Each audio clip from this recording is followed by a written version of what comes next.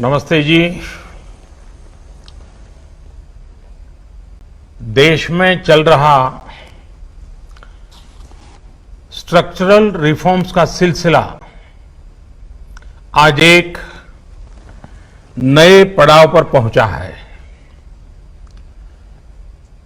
Transparent taxation, honouring the honest, 21वीं सदी के टैक्स सिस्टम की इस नई व्यवस्था का आज लोकार्पण किया गया है। इस प्लेटफॉर्म में फेसलेस असेसमेंट, फेसलेस अपील और टैक्स पेयर चार्टर जैसे बड़े रिफॉर्म्स हैं। फेसलेस असेसमेंट और टैक्स पेयर चार्टर आज से ही लागू हो गए हैं, जबकि फेसलेस अपील की सुविधा 25 सितंबर यानी दीनदयाल उपाध्याय जी के जन्मदिन से पूरे देश भर में नागरिकों के लिए उपलब्ध हो जाएगी।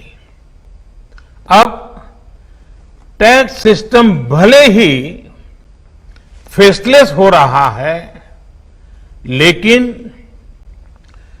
टैक्स पेयर को ये फेयरनेस और फियरलेसनेस का विश्वास देने वाला है। ये सभी टैक्स पेयर्स को इस महत्वपूर्ण तोहफे के लिए मैं बहुत बहुत बधाई देता हूं और इनकम टैक्स विभाग के सभी अधिकारियों को, हर छोटे मोटे कर्मचारी को भी बहुत बहुत शुभकामनाएं देता हूं। साथियों, बीते 6 वर्ष में हमारा फोकस रहा है banking the unbank, securing the unsecured और फंडिंग द अनफंडेड। आज एक तरह से एक नई यात्रा शुरू हो रही है। ऑनरिंग द ऑनेस्ट, ईमानदार का सम्मान। देश का ईमानदार टैक्स पेयर राष्ट्र निर्माण में बहुत बड़ी भूमिका निभाता है। जब देश के ईमानदार टैक्स पेयर का जीवन आसान बनता है, वो आगे बढ़ता है, तो देश का भी विकास होता है, देश भी आगे बढ़ता है। साथियों, आज से शुरू हो रही नई व्यवस्थाएं, नई सुविधाएं मिनिमम गवर्नमेंट, मैक्सिमम गवर्नेंस, इसके प्रति हमारी प्रतिबद्धता को और मजबूत करती है। ये देशवासियों के जीवन से सरकार को, सरकार के दखल को कम करने की दिशा में भी एक बड़ा कदम है। साथियों, आज हर नियम कानून को, हर पॉलिसी को प्रोसेस और पावर सेंट्रिक अप्रोच से बाहर निकालकर उसको पीपल सेंट्रिक और पब्लिक फ्रेंडली बनाने पर बल दिया जा रहा है। ये नए भारत के नए गवर्नेंस मॉडल का प्रयोग है और इसके सुखद परिणाम भी देश को मिल रहे हैं। आज हर किसी को ये एहसास हुआ है कि शॉर्टकट्स ठीक नहीं है।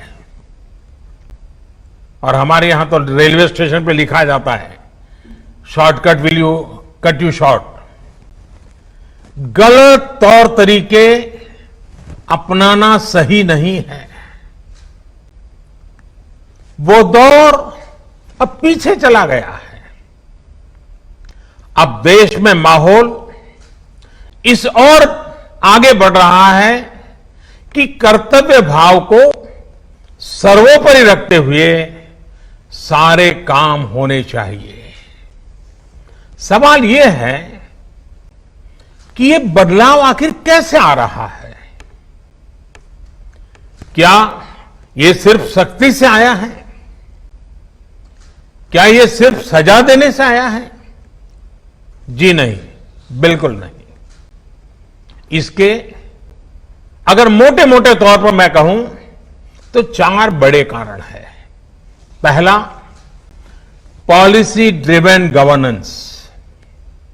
जब पॉलिसी स्पष्ट होती है तो ग्रे एरियाज मिनिमम हो जाते हैं और इस कारण व्यापार में, बिजनेस में और सरकार के और निर्णयों में भी डिस्क्रिशन की गुंजाइश कम हो जाती है।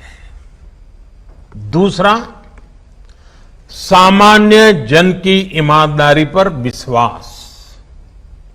तीसरा, सरकारी सिस्टम में ह्यूमन इंटरफेस को सीमित करके टेक्नोलॉजी का बड़े स्तर पर उपयोग। आज सरकारी खरीद हो, सरकारी टेंडर हो या सरकारी सेवाओं की डिलीवरी, सब जगह टैग इंटरफेस सर्विस दे रहे हैं। और चौथा, हमारी जो सरकारी मशीनरी है, जो ब्यूरोक्रेसी है, उसमें एफिशिएंसी, इंटीग्रिटी और सेंसिटिविटी के गुणों को रिवॉर्ड किया जा रहा है, पुरस्कृत किया जा रहा है। साथियों, एक दौर था जब हमारे यहां रिफॉर्म्स की बहुत बातें होती थी।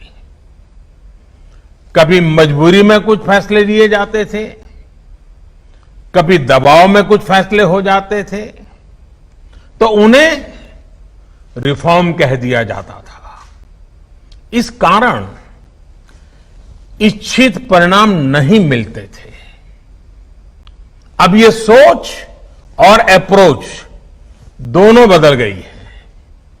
हमारे लिए रिफॉर्म का मतलब है रिफॉर्म नीति आधारित हो, टुकड़ों में नहीं हो, होलिस्टिक हो और एक रिफॉर्म दूसरे रिफॉर्म का आधार बने, नए रिफॉर्म का मार्ग बनाए। और ऐसा भी नहीं है कि एक बार रिफॉर्म करके रुक गए। ये निरंतर सतत चलने वाली प्रक्रिया है। बीते कुछ वर्षों में देश में 1,500 से ज्यादा कानूनों को समाप्त किया गया है। ईज ऑफ डूइंग बिजनेस की रैंकिंग में भारत आज से कुछ साल पहले 134वें नंबर पर था। आज भारत की रैंकिंग 63 है। रैंकिंग में इतने बड़े बदलाव के पीछे अनेकों रिफॉर्म्स हैं, अनेकों नियमों कानूनों में बड़े परिवर्तन है। रिफॉर्म्स के प्रति भारत की इसी प्रतिबद्धता को देखकर विदेशी निवेशकों का विश्वास भी भारत पर लगातार बढ़ रहा है। कोरोना के इस संकट के समय भी भारत में रिकॉर्ड एफडीआई का आना इसी का उदाहरण है। साथियों, भारत के टैक्स सिस्टम में फंडामेंटल और स्ट्रक्चरल रिफॉर्म्स की जरूरत इसलिए थी क्योंकि हमारा आज का ये सिस्टम गुलामी के कालखंड में बना और फिर धीरे धीरे इवॉल्व हुआ। आजादी के बाद इसमें यहां वहां थोड़े बहुत परिवर्तन किए गए, लेकिन लार्जली सिस्टम का कैरेक्टर, उसकी चाल चलन वही रहा। परिणाम यह हुआ कि जो टैक्स पेयर राष्ट्र निर्माण का एक मजबूत पिलर है,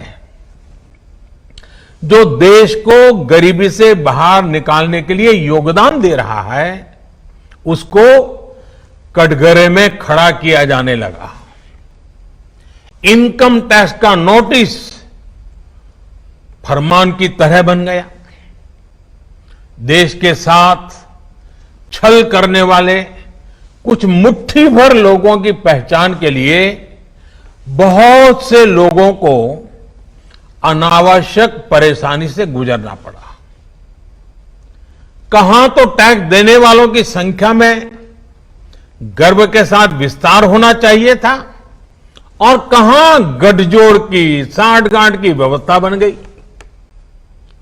इस विसंगति के बीच ब्लैक और व्हाइट का उद्योग भी फलता फूलता गया। इस व्यवस्था ने ईमानदारी से व्यापार कारोबार करने वालों को, रोजगार देने वालों को और देश की युवा शक्ति की आकांक्षाओं को प्रोत्साहित करने के बजाय कुचलने का काम किया। साथियों, जहां कॉम्प्लेक्सिटी होती है, वहां कंप्लायंस भी मुश्किल होता है। कम से कम कानून हो, जो कानून हो वो बहुत स्पष्ट हो, तो टैक्स पेयर भी खुश रहता है और देश खुशहाल होता है। बीते कुछ समय से यही काम करने की दिशा में एक के बाद एक कदम उठाए जा रहे हैं।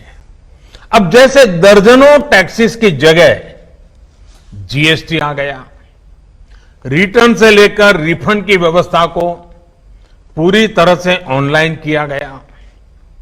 जो नया स्लैब सिस्टम आया है, उसमें बेवजह के कागजों और दस्तावेजों को जुटाने की मजबूरी से मुक्ति मिल गई है। यही नहीं, पहले 10 लाख रुपए से ऊपर के विवादों को लेकर सरकार हाई कोर्ट और सुप्रीम कोर्ट पहुंच जाती थी। अब हाई कोर्ट में 1 करोड़ रुपए तक के और सुप्रीम कोर्ट में 2 करोड़ रुपए तक के केस की सीमा तय की गई है। विवाद से विश्वास जैसी योजना से कोशिश ये है कि ज्यादातर मामले कोर्ट से बाहर ही सुलझ जाए। इसी का नतीजा है कि बहुत कम समय में ही करीब 3 लाख मामलों को सुलझाया जा चुका है। साथियों, प्रक्रियाओं की जटिलताओं के साथ साथ देश में टैक्स भी कम किया गया है। 5 लाख रुपए की आय पर अब टैक्स 0 है। बाकी स्लैब में भी टैक्स कम हुआ है। कॉरपोरेट टैक्स के मामले में हम दुनिया में सबसे कम टैक्स लेने वाले देशों में से एक हैं। साथियों, कोशिश ये है कि हमारी टैक्स प्रणाली सीमलेस हो, पेनलेस हो, फेसलेस हो। सीमलेस यानी टैक्स एडमिनिस्ट्रेशन हर टैक्स पेयर को उलझाने के बजाय समस्या को सुलझाने के लिए काम करे। पेनलेस यानी टेक्नोलॉजी से लेकर रूल्स तक सब कुछ सिंपल हो। फेसलेस यानी टैक्स पेयर कौन है और टैक्स ऑफिसर कौन है, इससे मतलब ही नहीं होना चाहिए। आज से लागू होने वाले ये रिफॉर्म्स इसी सोच को आगे बढ़ाने वाले हैं। साथियों, अभी तक तो होता यह है कि जिस शहर में हम रहते हैं उसी शहर का टैक्स डिपार्टमेंट हमारी टैक्स से जुड़ी सभी बातों को हैंडल करता है। स्क्रूटिनी हो, नोटिस हो, सर्वे हो या फिर जब्ती हो, इसमें उसी शहर के इनकम टैक्स डिपार्टमेंट की आयकर अधिकारी की मुख्य भूमिका रहती है। अब ये भूमिका एक प्रकार से खत्म हो गई है। अब इसको टेक्नोलॉजी की मदद से बदल दिया गया है। अब स्क्रूटिनी के मामलों को देश के किसी भी क्षेत्र में किसी भी अधिकारी के पास रैंडम तरीके से आवंटित किया जाएगा। अब जैसे मुंबई के किसी टैक्स पेयर का रिटर्न से जुड़ा कोई मामला सामने आता है, तब इसकी छानबीन का जिम्मा मुंबई के अधिकारी के पास नहीं जाएगा, बल्कि संभव है कि वो चेन्नई चला जाए, गुवाहाटी चला जाए, रायपुर चला जाए, अहमदाबाद चला जाए, वो फेसलेस टीम के पास जा सकता है और वहां से भी जो आदेश निकलेगा उसका रिव्यू किसी दूसरे शहर, कहीं जयपुर हो जाएगा, बेंगलुरु हो जाएगा, चेन्नई हो जाएगा, कोची हो जाएगा, वहां की टीम करेगी। अब फेसलेस टीम कौन सी होगी, इसमें कौन होगा, ये भी कंप्यूटर रैंडमली तय करेगा और ये प्रक्रिया भी बार बार उसमें बदलाव होता रहेगा। साथियों, इस सिस्टम से करदाता और इनकम टैक्स दफ्तर को जान पहचान बनाने का, प्रभाव और दबाव का मौका अब जीरो हो गया। सब अपने अपने दायित्व के हिसाब से काम करेंगे। डिपार्टमेंट को इससे लाभ ये होगा कि अनावश्यक मुकदमेबाजी बचेंगे उससे। दूसरा, ट्रांसफर पोस्टिंग में लगने वाली गैर जरूरी ऊर्जा से भी अब राहत मिलेगी। इसी तरह टैक्स से जुड़े मामलों की जांच के साथ साथ अपील भी अब फेसलेस होगी। साथियों, इस एक महत्वपूर्ण रिफॉर्म के साथ साथ आज भारत एक बहुत महत्वपूर्ण कदम उठा रहा है और वो है टैक्स पेयर चार्टर। ये टैक्स पेयर चार्टर भी देश की विकास यात्रा में बहुत बड़ा कदम है और टैक्स पेयर के लिए अधिकार और कर्तव्य दोनों को संतुलित करने का और सरकार की जिम्मेवारी पक्की करने का ये बहुत अहम कदम है। टैक्स पेयर को इस तरह का सम्मान और सुरक्षा देने वाले दुनिया में बहुत कम देश है, गिने चुने देश हैं। लेकिन अब भारत भी इस महत्वपूर्ण कदम की ओर अपने आप को ले जाकर के उसमें शामिल हो गया है। अब टैक्स पेयर को उचित, विनम्र और तर्क संगत व्यवहार का भरोसा दिया गया है। यानी आयकर विभाग को अब टैक्स पेयर की डिग्निटी का संवेदनशीलता के साथ ध्यान रखना होगा। अब टैक्स पेयर की बात पर विश्वास करना होगा। डिपार्टमेंट उसको बिना किसी आधार के ही शक की नजर से नहीं देख सकता। अगर किसी प्रकार का संदेह है भी तो टैक्स पेयर को अब अपील और समीक्षा का भी अधिकार दिया गया है। साथियों, अधिकार हमेशा दायित्वों के साथ आता है, कर्तव्यों के साथ आते हैं। इस चार्टर में भी टैक्स पेयर से कुछ अपेक्षाएं की गई हैं। टैक्स पेयर के लिए टैक्स देना या सरकार के लिए टैक्स लेना ये कोई हक का अधिकार का विषय नहीं है, बल्कि ये दोनों का दायित्व है, जिम्मेवारी है, कर्तव्य है, रिस्पॉन्सिबिलिटी है। टैक्स पेयर को टैक्स इसलिए देना है क्योंकि उसी से सिस्टम चलता है। देश की एक बड़ी आबादी के प्रति देश अपना फर्ज निभा सकता है और उज्जवल भविष्य की ओर कदम भी रख सकता है। इसी टैक्स से खुद टैक्स पेयर को भी तरक्की के लिए, प्रगति के लिए बेहतर सुविधाएं और इंफ्रास्ट्रक्चर मिल पाता है। वहीं सरकार का ये दायित्व है कि टैक्स पेयर की पाई पाई का सदुपयोग करे। ऐसे में आज जब करदाताओं को सुविधा और सुरक्षा ये दोनों मिल रही हैं, तो देश भी हर टैक्स पेयर से अपने दायित्वों के प्रति ज्यादा जागरूक रहने की अपेक्षा करता है। साथियों, देशवासियों पर भरोसा, इस सोच का प्रभाव कैसे जमीनी पर नजर आता है, ये समझना भी बहुत जरूरी है। वर्ष 2012-13 में जितने टैक्स रिटर्न होते थे उसमें से 0.94% की स्क्रूटनी होती थी। वर्ष 2018-19 में ये आंकड़ा घटकर 0.26% पर आ गया है। यानी केस की स्क्रूटनी करीब करीब 1/4 हो गई है, 4 गुना कम हुई है।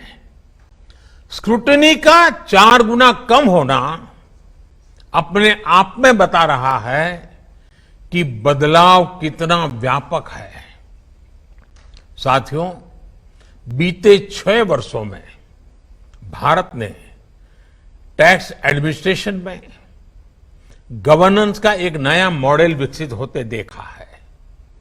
We have decrease complexity, decrease taxes, decrease litigation, increase transparency, increase tax compliance, increase trust on the tax payer. साथियों, इन सारे प्रयासों के बीच बीते 6-7 साल में इनकम टैक्स रिटर्न भरने वालों की संख्या में करीब 2.5 करोड़ की वृद्धि हुई है।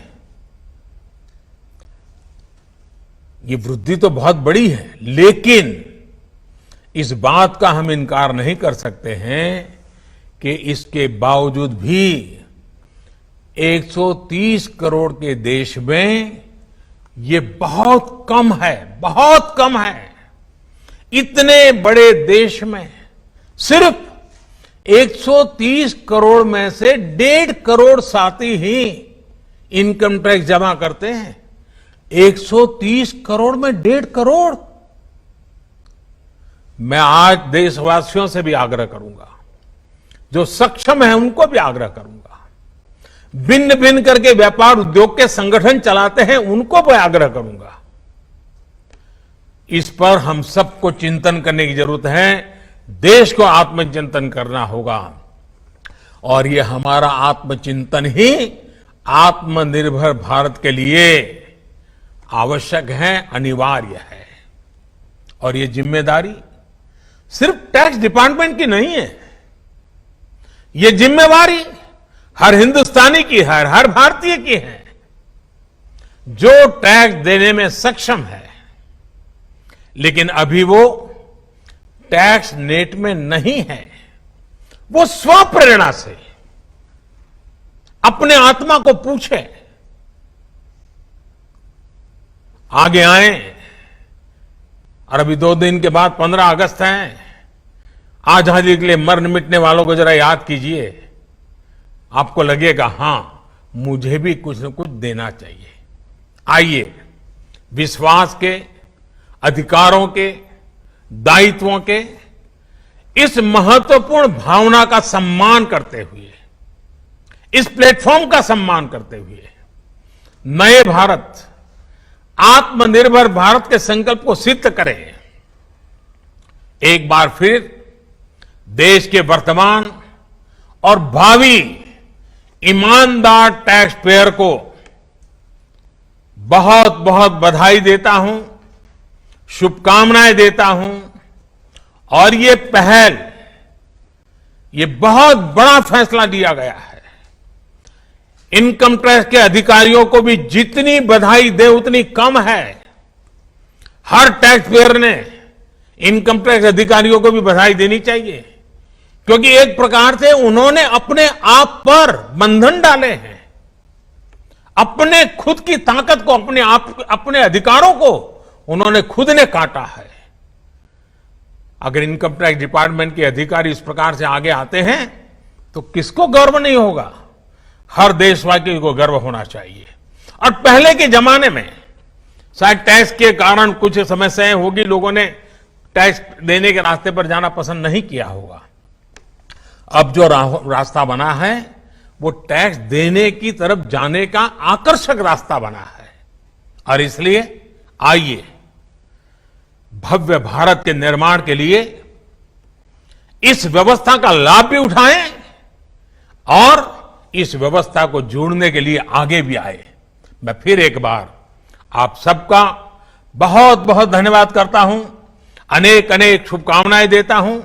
निर्मला जी और उनकी पूरी टीम को भी मैं बहुत धन्यवाद करता हूं कि एक के बाद एक देश के उज्जवल भविष्य के लिए लंबे अरसे तक प्रभाव पैदा करने वाले अनेक सकारात्मक निर्णयों का नेतृत्व कर रहे हैं। मैं फिर एक बार सबको बधाई देता हूं, सबका धन्यवाद करता हूं।